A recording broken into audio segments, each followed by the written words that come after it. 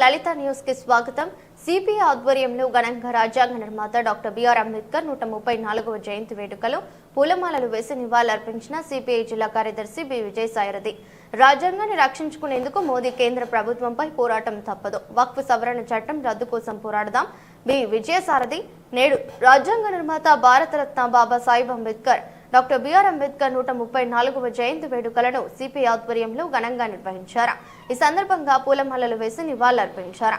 కార్యక్రమానికి ముఖ్య అతిథిగా హాజరైన సిపిఐ జిల్లా కార్యదర్శి బి విజయసాయిరెడ్డి ఆధ్వర్యంలో దేశంలో మోదీ ప్రభుత్వం రాజ్యాంగాన్ని అవహేళన చేస్తుందన్నారు. మెజారిటీ ప్రజల హక్కులను కాలరాస్తుందన్నారు. నాడు అంబేద్కర్ రాసిన రాజ్యాంగాన్ని సవరణలు చేస్తూ ఇష్టారీతిన తమ పబ్బం గడుపుకుంటున్నారన్నారు. కార్పొరేట్లకే దాసోహం చేస్తున్నారని, వక్ఫ్ సవరణ చట్టం రద్దు కోసం పోరాడుతామన్నారు. దేశంలో మోదీ ప్రభుత్వం కులాలను మతాలను విభజించి పాలన సాగిస్తుందని, అంబేద్కర్ సాక్షిగా దేశంలో మతతత్వ బీజేపీపై పోరాడడానికి ప్రజలందరూ ఏకతాటిపై రావాలన్నారు. అంబేద్కర్ 134వ జయంతి స్ఫూర్తిని అందుకుని రానున్న కాలంలో మోదీపై తిరుగుబాటు తప్పదని పిలుపునిచ్చారు.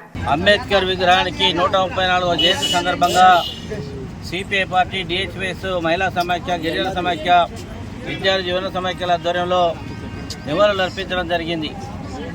అంబేద్కర్ పుట్టినటువంటి కాలంలో ఈ దేశంలో విపరీతమైనటువంటి అంటరానితనం, కులము, మతము, ఒక వివక్షతతో కూడినటువంటి సమాజంలో పుట్టి పెరిగాడు.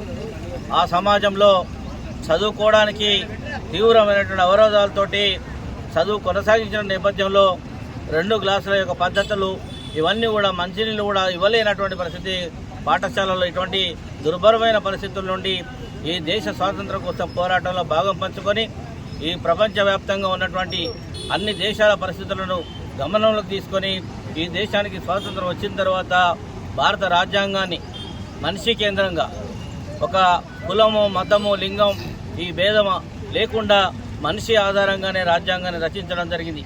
ఈ రాజ్యాంగంలో అన్ని కులాలకు, అన్ని మతాలకు, మరి మహిళలకు, పురుషునికి లింగ భేదం లేకుండా రాజ్యాంగం రచించినప్పటికీ కూడా ఆ రాజ్యాంగం అమలు లోపల చాలా సంవత్సరాలుగా వివక్షకు గురవుతూనే ఉన్నారు.